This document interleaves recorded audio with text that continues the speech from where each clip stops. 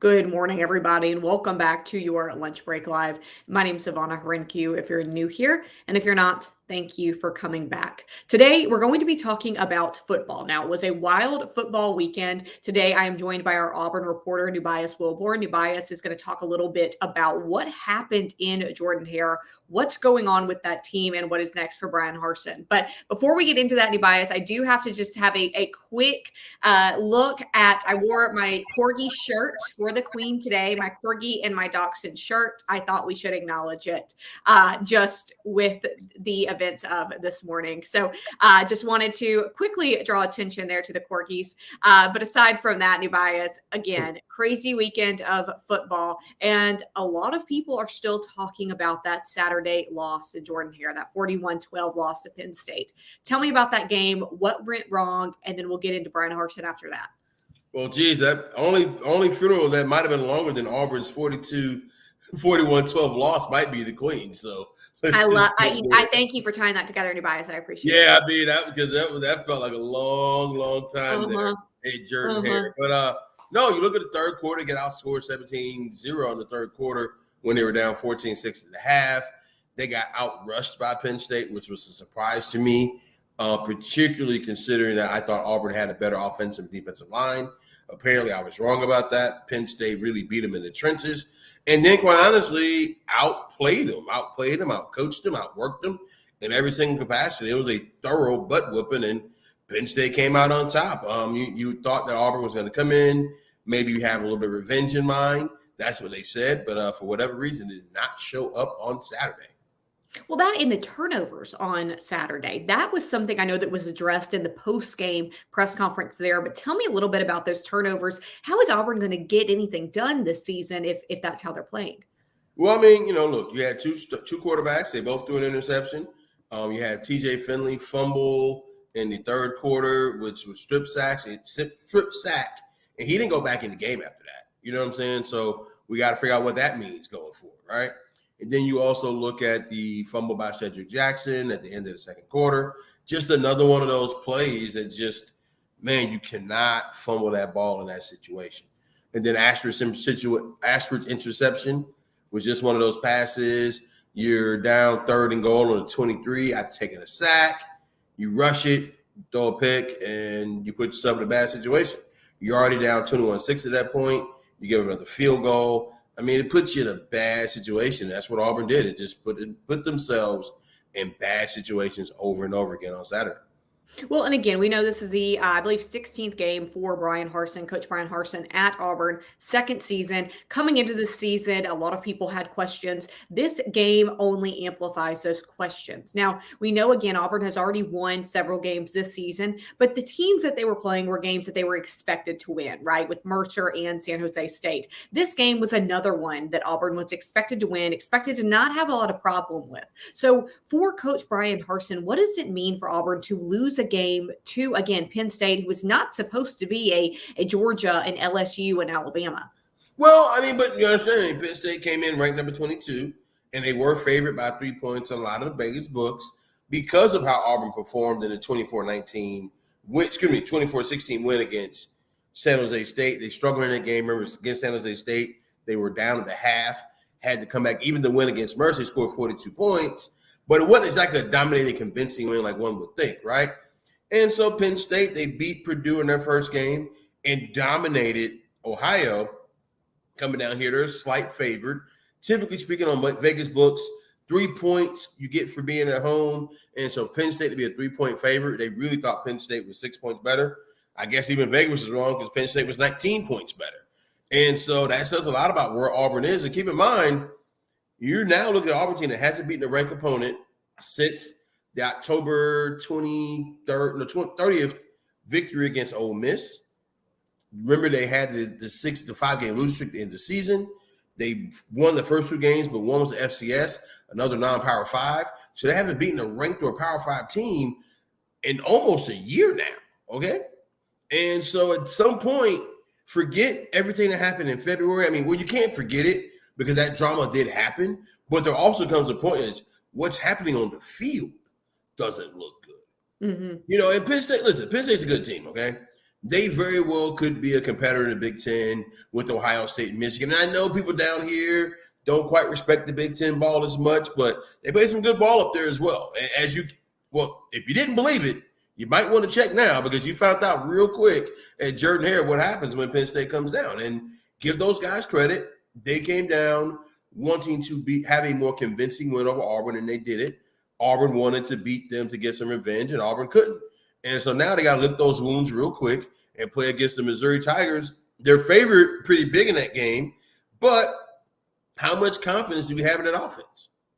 Well, and, interesting comment here. I've got a comment from somebody that says it seems like the media is putting down Bryan Harsin more than the fans are, than the Auburn fans are. And I think that it is important to note that, some of which media is he referring to? Because it definitely isn't us. Well, I'll say this.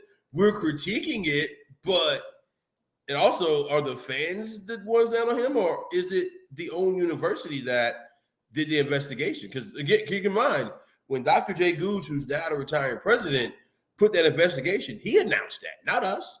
That wasn't the media. That was them. As far as those rumors, those are message boards posters. That ain't the media, unless you consider that media, which is a whole other conversation. But yes, are there some reporters who are down on them? Sure. But show me the fans that are in support of losing by 19 points at Penn State. Well, and also, too, I think it's important, Nubyjas, you were just naming off some of these facts. Again, that last big win being in October 2021. And some of these, whether you are an Auburn fan or you are not an Auburn fan, some of these facts are just not, you can't look over them, right? Again, that 41-12 loss at home. Bryan Harsin went 6-7 in his first season. This is a second season. He was already coming in as an underdog, already coming in with people doubting him. This doesn't look good for him, whether you are, again, an Auburn fan or whether you are personally just a Bryan Harsin fan or not. This isn't a good look. Now, tell me a little bit about what is going on with Bryan Harsin in that post-game conference. What did he say there? And also, what are people saying about him and his Auburn Tigers nationally? Well, it's a tough situation, right? The statistics are what they are. You had 4 turnovers. You didn't get any.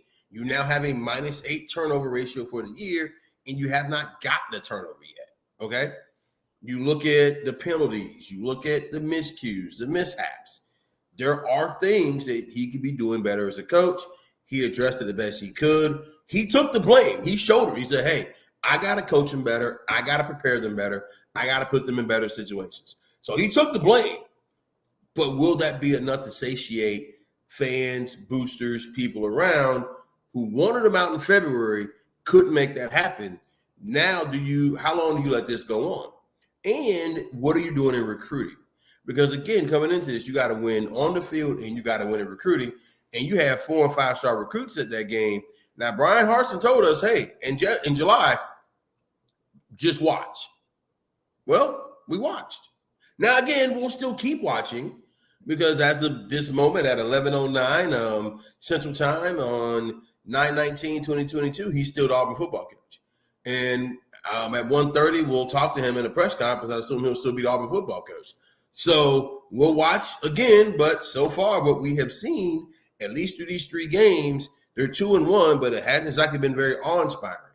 So can he change it? Of course, things can change, but they're going to have to get better quarterback play. You got to get better offensive line play. Your defensive line's got to put pressure on the quarterback and stop the run.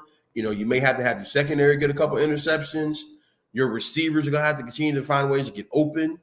And you got to get the ball to Tank Bigsby a little bit more. He didn't get a carry in the second quarter of that game. Well, and I think it's important too, you talk about recruiting aspect of this. It's not just about winning on the field. While obviously that is important, but we have to take a step back. You talk about all of the different factors that have gone into Bryan Harsin making him a coach, and also some of the boosters who maybe have doubted him, who maybe wanted to even get rid of him earlier this year. At the end of the day, this is a business, right? And if recruits are not coming in, that brings down the business. So winning off the field is a big part of this. And you mentioned, again, there were a lot of recruits at that game. And if you're a recruit, that's probably not what you want to see from a team that you are looking to spend your next 4 or 5 years with. Well, no, those aren't the kind of things you want. And I guess one way you could say, hey, based upon what I'm seeing from those guys, I might be able to play here pretty early, right? So maybe you take that attitude. But most of the guys, you're talking about 4 and 5 stars, these really big name, high dollar guys, They want to be on winning teams. They want to be on winning teams. And Auburn right now, today, is not a winning team. Now, can that change? Sure. It's got to change quickly because, again, Harsin was the one who said, watch what we do. And what they have done so far isn't exactly the kind of things that people want to see. Now, can this change? You get a win against Missouri this week, get some confidence, get some things rolling, maybe beat an LSU team before you go to Athens. Don't get embarrassed in Athens. Find a way to beat Ole Miss. Go into the bye week, let's say 5-2 with a win over a top 25 team, not getting embarrassed against Georgia, overcoming the Penn State defeat and beating Missouri. Okay, you're talking about something going. Now, if they go against Missouri and they struggle against Missouri, lose against LSU, now you're talking about 3-2 out of those 5 home games. And then you go up to Athens, and let's say you get blasted in Athens, which, I mean, can happen because Georgia's really, really good, okay? All right? And then you come back off that game, and you lose Ole Miss, you go into the bye week. That might be it for Mr. Bryan Harsin. And it could really go either way. Well, I wanted to ask you about that, Nubyjas. Now, I'm not a betting woman. I will say I'm a 49ers fan. I can't afford to bet, right? Which is a separate story. But if I were a betting woman, what are you thinking? Does Bryan Harsin have a year 3 at Auburn? Will it take a turning of the tides? Or as you said, instead of a funeral in London, was this a funeral on the plains this weekend? I don't know. I mean, listen, can they come up off the mat? Because it's only 3 games in, okay? And unfortunately, whether it's fair or not, and we can talk about the fairness of this or not another time. Because right now, fair is a place where they judge pigs, okay? So this ain't about fair. The reality is Bryan Harsin came into the season on the hot seat. Whether he should or shouldn't have is another conversation. And while a win against Penn State would not have taken him off the hot seat, this does not help. Particularly getting embarrassed, particularly when you have to go back to 2012 and 2001 when you had a loss of this caliber against a non-conference foe at Jordan-Hare, okay? These are things that cannot happen, and they did. Now, can he recover from it? Yes. The likelihood of that happening coming into this week, I would have said it was a pretty strong chance Harsin gets to a year 3.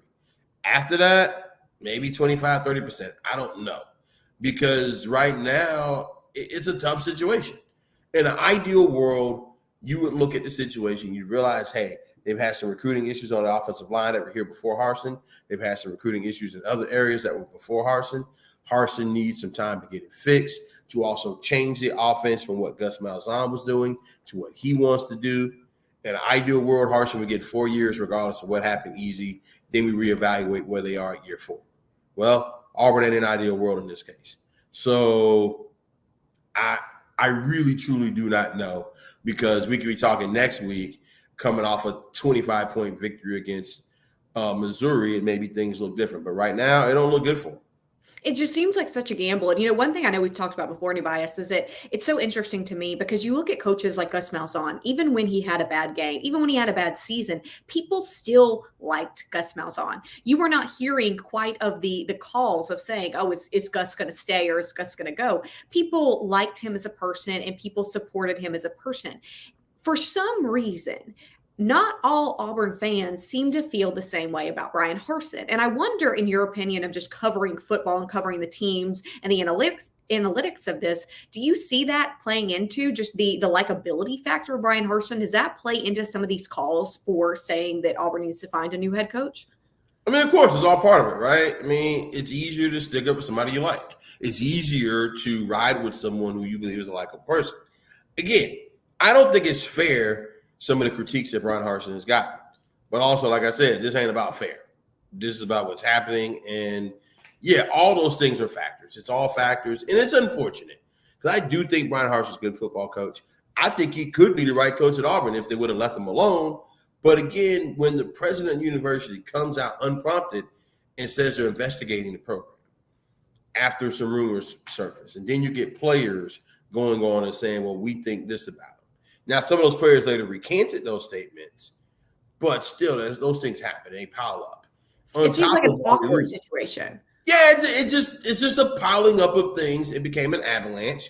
Oh, and then don't forget the athletic director left the week before the football season started. A great question here from Ed, and I think that you'll enjoy this, Nubyjas. He says, this is from Ed, can Alabama's mediocre offense score on Auburn in November? Oh, gee, golly. At this point, I mean, looking at their defense, I mean, I would say, yeah. I mean, unless something, I mean, November's a long way away, though, Ed. A long way away. A lot of things that happen between November, injuries and all that. But if they played today, I wouldn't give Auburn too much of a chance. But of course, that can change. What are you looking for this Saturday against Missouri? What is the one thing that you're going on that field looking for? Quarterback play, consistent quarterback play. Can TJ Finley and or Robbie Ashford or Zach Calzada or hell, even the freshman Holden Kinnear, can one of them be a consistent, viable quarterback? And I guess if I add to that, can the offensive line protect them long enough to get some passes off? I think the line from this interview, Nubyjas, is that this is not about fair. Nothing about this is about fair. This is about the game. This is about business, and this is about a lot of other things. And fairness, unfortunately, is not one of the factors here. No, I mean, listen, if fairness was a factor, I mean, we wouldn't even be having a Bryan Harsin hot seat conversation into year 2. Typically speaking, you don't even do this kind of thing, but this is stuff that just built and built and built. From people's perspective, they believe he didn't have a grasp of the SEC. Again, I don't know if that is fair, but that ain't what this is about. This is big money, big time college football, and a program at Auburn that you mentioned Alabama earlier, you mentioned Georgia, only school that has to play them, other than Tennessee, that has to play them both every single year. And this year, you got to go play them both on the road. So you don't even get the benefit of Jordan-Hare, but then, I mean, Jordan-Hare didn't do much for you against Penn State, so now what? Well, and again, this is something I know that you did this morning was spend a little bit of time with some notable Auburn grads and also with Bruce Pearl, I believe. Did you learn anything there that you can share with us? Anything interesting come out of that? Well, just a little bit. Got to spend a little bit of time with Charles Barkley at the golf tournament, the one he does with Bruce Pearl, and it's a really cool event. So, you know, Charles expressed a little bit of disappointment about Allen Green leaving. Him and Allen Green were close. So that was the thing that really kind of disappointing, was a little bit disheartening. Charles told me he would have liked to see Allen Green stay and remain as Auburn athletic director, but he didn't there. Also, Bruce and Chuck were very complimentary towards Rich McGlynn, who is the new athletic director. Rich McGlynn worked very closely with basketball operations for a while. So that's a kind of a positive thing for him being the interim athletic director. And let's just say Bryan Harsin's name didn't come up very much, at least in those on-record conversations. We'll just say that. Hey, well, we know that Charles Barkley usually lets his opinions all out there. So that should be an interesting write-up, Nubyjas. I know you'll have it in a little bit, and we will share, again, all of those links here. You can find all of this sporting information on AL.com. You can find it from Nubyjas, from all of our other football writers as well. So, again, thank you for your time, Nubyjas. Thanks for breaking all of this down. And, again, it feels like we have this Bryan Harsin hot seat conversation every few weeks, and maybe we will keep having it. Maybe we won't. It's going to really depend on how things shake out this week and this weekend. Take care. Thank you. Thank you, everybody watching. Thank you so much. We'll see you.